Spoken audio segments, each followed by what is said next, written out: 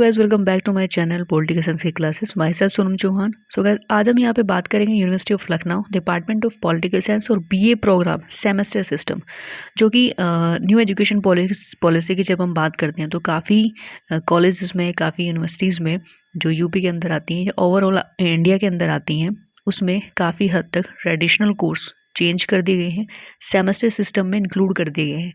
और इसको लेकर के सिलेबस की जो कन्फ्यूज़न रहता है, जो चिंता होती है कि सिलेबस इस बार कैसा आया होगा 2021 के अकॉर्डिंग, 20 और 21 का, तो यहाँ पे हम लोग इसी वजह से हम इसको डिस्कस करेंगे कि न्यू सिलेबस किस तरीके से आपको स्टडी करना है और क्या क्या इसमें चीज़ें होंगी, क्या क्या उसमें पॉइंट होंगे। तो काफ़ी बच्चों ने रिकमेंड किया था इस यूनिवर्सिटी से रिलेटेड जो सिलेबस है उसको बनाने का। और इसके अलावा इस पे जो यूनिवर्सिटी ऑफ लखनऊ की जब हम बात करते हैं तो इसमें मैंने MA political science semester wise को भी डिस्कस किया है। बाकी इसके अलावा जो भी यूनिवर्सिटी जैसे CCSU मेरठ की बात करें, या फिर हम बात करते हैं Kanpur university, Agra university, Delhi university, इन सब को लेकर के भी धीरे धीरे जो भी सिलेबस के जो भी प्रोसेस हैं, जो तरीके हैं, उसमें कैसे कैसे सिलेबस लगे हुए हैं, उन सबको डिस्कस करेंगे आने वाली वीडियोस में। बाकी एमए के जो सिलेबस हैं वो भी डिस्कस हम करेंगे। तो अभी चले जानते हैं कि लखनऊ यूनिवर्सिटी में बीए का जो सिलेबस है वो किस तरीके का। यहाँ पे जो चीज़ें हैं ये सारे के सारे एक तरीके से पॉइंट में कुछ छोटे छोटे पॉइंट डिस्कस किए हुए हैं, लेकिन हमारे लिए जो ज़रूरी है वो है सेमेस्टर फर्स्ट, जो आपका मतलब जब हम बात करते हैं सेमेस्टर फर्स्ट में, तो वो है आपका पेपर फर्स्ट पॉलिटिकल थ्योरी। तो यहाँ पे आपको दिखाई देगा यहाँ पे स्लैश करके 1। तो इसका मतलब क्या होता है कि पॉलिटिकल थ्योरी 1 का मतलब होता है कि पॉलिटिकल को 2 पार्ट में उन्होंने डिवाइड किया हुआ है। एक तो आप सेमेस्टर फर्स्ट में पढ़ेंगे और बाकी की जो पॉलिटिकल थ्योरी है वो आप सेमेस्टर सेकंड में पढ़ेंगे यहाँ पे। लेकिन अभी हमें फोकस किस पे करना है, अभी हमें करना है फर्स्ट ईयर की, यानी कि फर्स्ट सेम के फर्स्ट पेपर पे, जो कि है आपका पॉलिटिकल थ्योरी।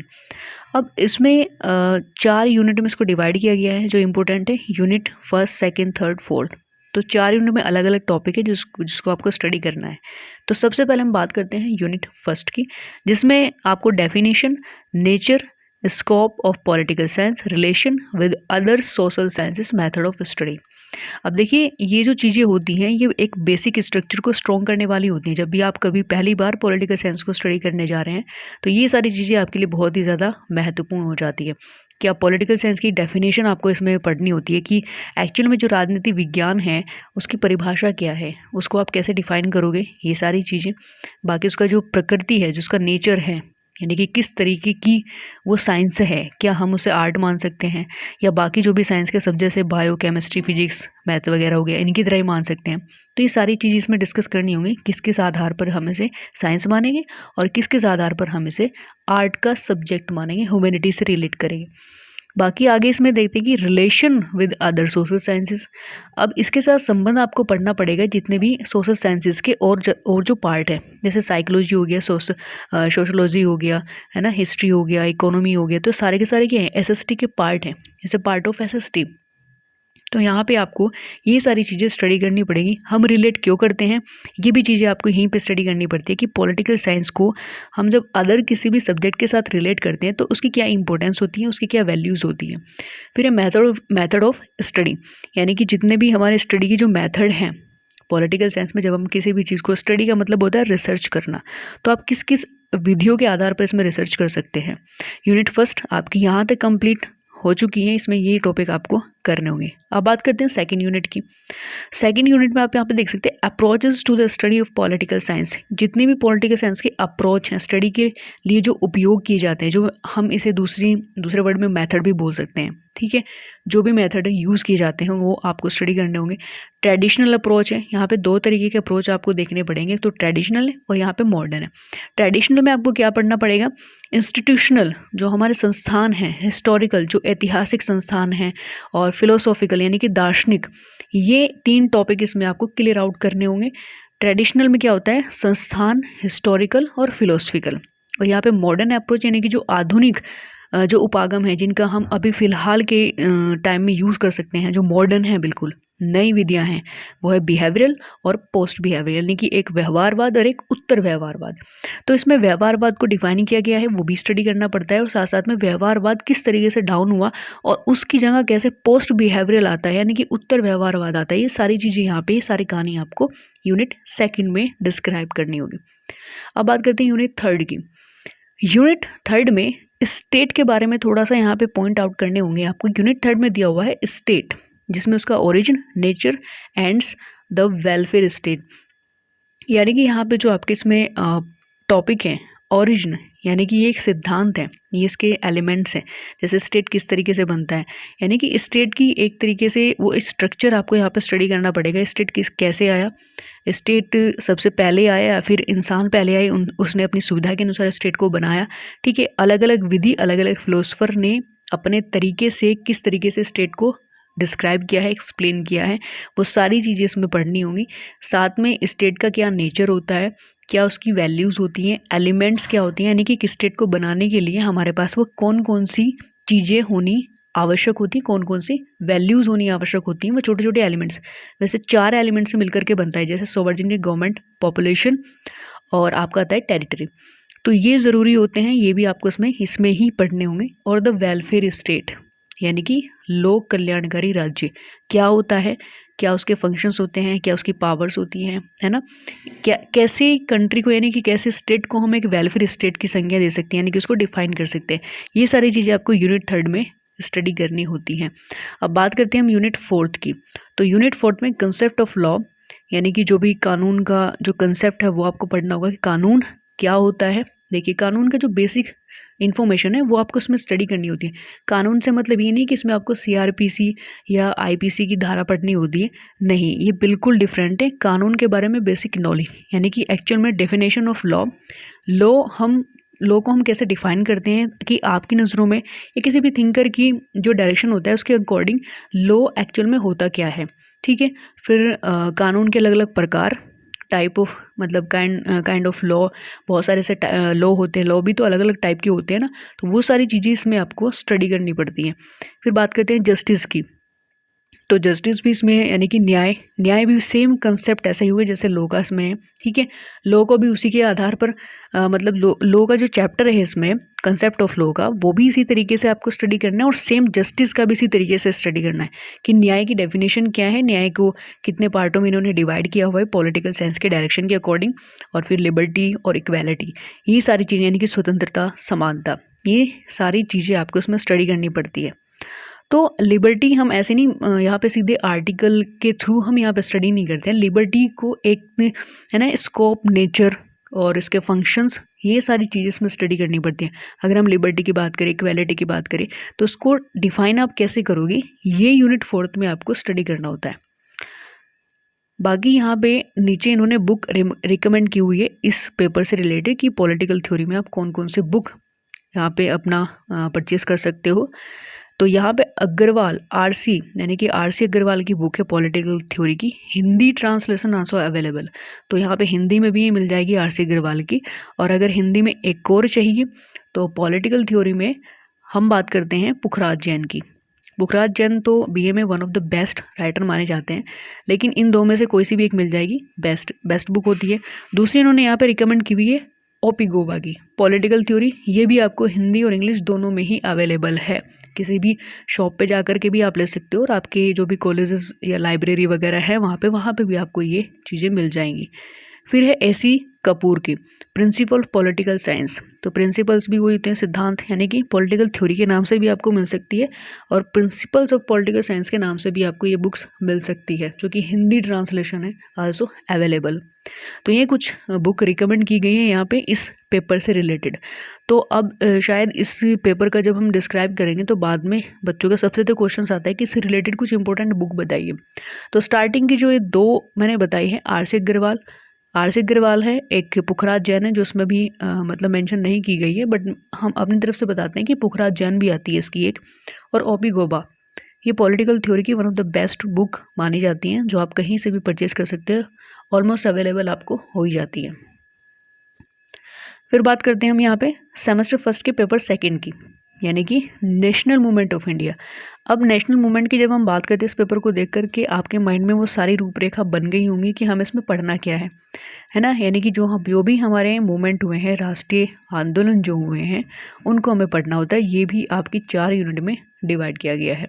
तो पहली यूनिट में देखिए, birth and growth of nationalism in India, यानी कि भारत में जो राष्ट्रवाद था, देश के हित में काम करने की बात जब हम करते हैं वो राष्ट्रवाद होता है कि सबसे ऊपर आप अपने आप को, सबसे ऊपर जो चीज़ें मानी जाती हैं वो देश के लिए जब आप मानने लगते हैं, यानी कि आपकी जो छोटी छोटी चीज़ें बाइकआउट हो जाती हैं, रिप्लेस हो जाती हैं, बट सबसे फर्स्ट प्रायोरिटी पर आप अपनी कंट्री को मानते हैं, तब वहाँ पर राष्ट्रवाद की भावना लोगों के अंदर आती है। तो वो कैसे ग्रो हुई, उसका जन्म कहाँ से हुआ, ये चीज़ें आपको स्टडी करनी है। फिर इंडियन नेशनल कांग्रेस, यानी कि आज की कांग्रेस की हम बात नहीं करते, तब कांग्रेस एक ऑर्गेनाइजेशन की तरह काम करता था और एक बहुत बड़ा संगठन के रूप में काम करता था। तो उसके बारे में आपको पढ़ना है, कभी इस्टेब्लिश की गई, इसके पहले अध्यक्ष कौन थे या और बाकी के मेंबर्स कौन थे, इसका मतलब जो फंक्शंस की बात करें तो वो क्या थे, इनके टारगेट क्या थे, कि इंडियन नेशनल कांग्रेस को जब बनाया गया तो वो किसी पर्पस से ही बनाया गया होगा, तो वो सारी चीज़ें इसमें पढ़नी होती है। फिर policies and program of moderate and extremist, यानी कि उदारवादी और उग्रवादी के बारे में आपको पढ़ना है। अब ये टेररिज्म से रिलेटेड नहीं है उग्रवादी, ये एक विचारधारा है, ये एक आइडियोलॉजी है जो आपको पढ़नी है, यानी कि कौन कौन से इंडियन थिंकर इन आइडियोलॉजी से अपने आप को रिप्रेजेंट करते हैं। जैसे कि आपने काफ़ी बार इस नाम को सुना होगा, लाल बाल पाल, यानी कि बाल गंगाधर तिलक, लाला लाजपत राय और विपिन चंद्र पाल। ये सारे क्या हैं, एक्सट्रीमिस्ट से रिलेटेड आइडियोलॉजी से मतलब अपने आप को रिप्रेजेंट करते हैं। ये उग्रवादी विचारधारा के लोग। तो उग्रवादी का मतलब होता है बहुत ज़्यादा एग्रेसिव होना, जो शांति तरीके से नहीं मान सकते कि हाँ हम कुछ बदल सकते हैं तो हम शांति से बदल सकते हैं, नहीं, वो वॉलेंट एक्टिविटी या फिर वो मतलब एक तरीके से विद्रोह करके चीज़ों को बदलने में यकीन रखते हैं। तो ऐसे लोग क्या होते हैं, एक्सट्रीमिस्ट होते हैं। ये चीज़ें आपको स्टडी करनी है।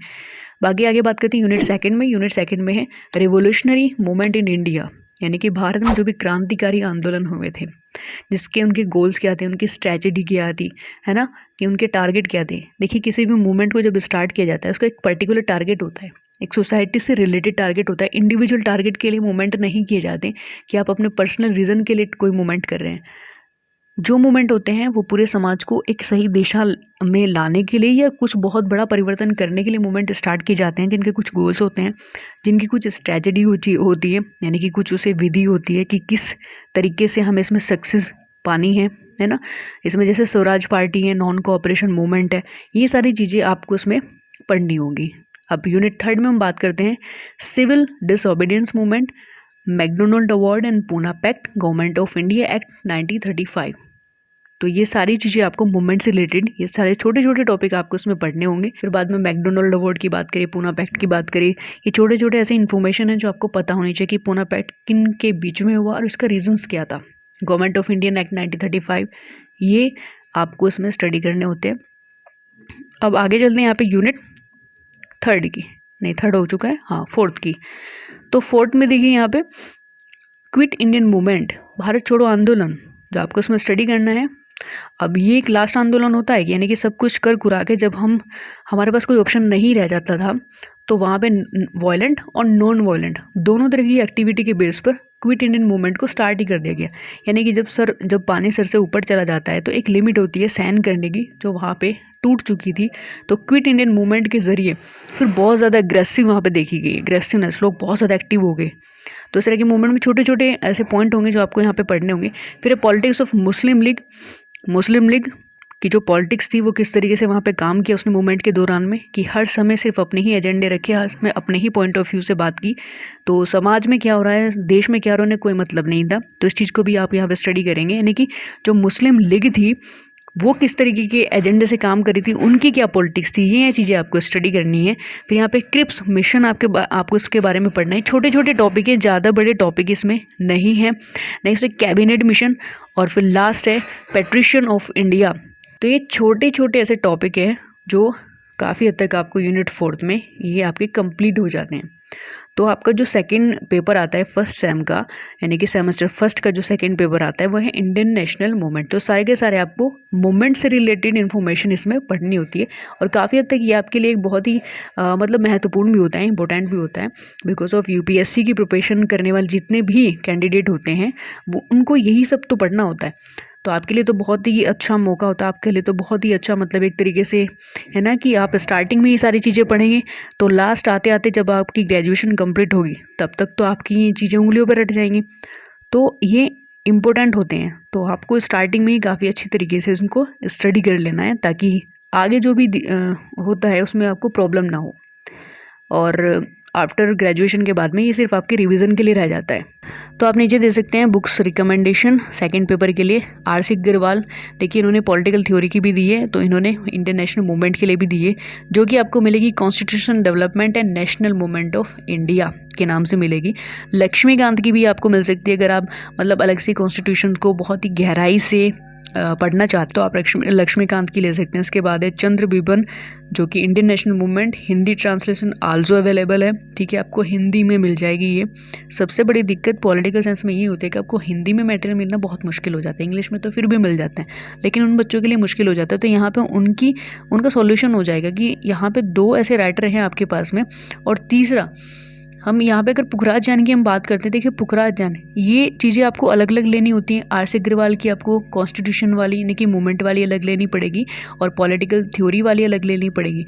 लेकिन जब हम पुखराज ज्ञान की बात करते हैं जो हिंदी में आपको मिलेगी, उसमें क्या होता है, उसमें एक ही बुक में दोनों पेपर दिए हुए हैं, यानी कि पॉलिटिकल थ्योरी भी है और इंडियन नेशनल मूवमेंट भी है विद कॉन्स्टिट्यूशन।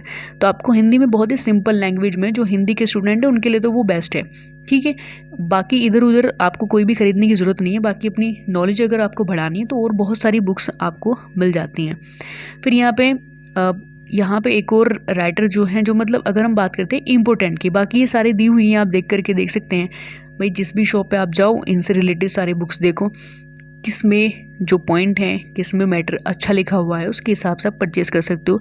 वैसे फ़र्स्ट ऑफ ऑल जो सबसे इम्पोर्टेंट मानी जाती है वो आर.सी. अग्रवाल की मानी जाती है, दूसरे नंबर पे लक्ष्मीकांत की मानी जाती है, जो हम स्टडी के लिए रखते हैं। बाकी हिंदी के लिए पुखराज ज्ञान है, एक ही बुक आपके लिए काफ़ी होगी, इनमें दोनों पेपर आपको मिल जाएंगे। तो ये सारा का सारा जो था आपका, ये प्रॉपर रूप से यूनिवर्सिटी ऑफ लखनऊ का सिलेबस था, जो 2021 का न्यू सिलेबस है। तो उसमें आई थिंक सो सबका जो डाउट था वो आई थिंक सो अब तक क्लियर हो चुका होगा, क्योंकि इस सिलेबस के ज़रिए मैंने इसके साथ साथ आपको बुक्स भी बता दी हैं, ठीक है। इसके अलावा इसमें जो भी कन्फ्यूज़न है, जो भी आपका मतलब ऐसा पॉइंट है जो क्लियर आउट नहीं हुआ है, बाकी नीचे कमेंट्स में लिख करके बता सकते हैं। वीडियो पसंद आए तो लाइक करना, शेयर करना, और चैनल पर नए हैं तो सब्सक्राइब जरूर करना, नीचे बेल आइकन को प्रेस करना ताकि हर एक वीडियो का नोटिफिकेशन आप तक पहुँच जाए। और जितने भी सोशल मीडिया हैंडल्स हैं, इंस्टाग्राम है, टेलीग्राम है और फेसबुक पेज है, वहाँ पर जाके ज्वाइन कीजिए, क्योंकि छोटी छोटी इन्फॉर्मेशन की अपडेट भी लगातार वहाँ पे हम डालते रहते हैं। तो मिलते हैं नेक्स्ट वीडियो लेक्चर में। Thank you. जय हिंद, जय भारत।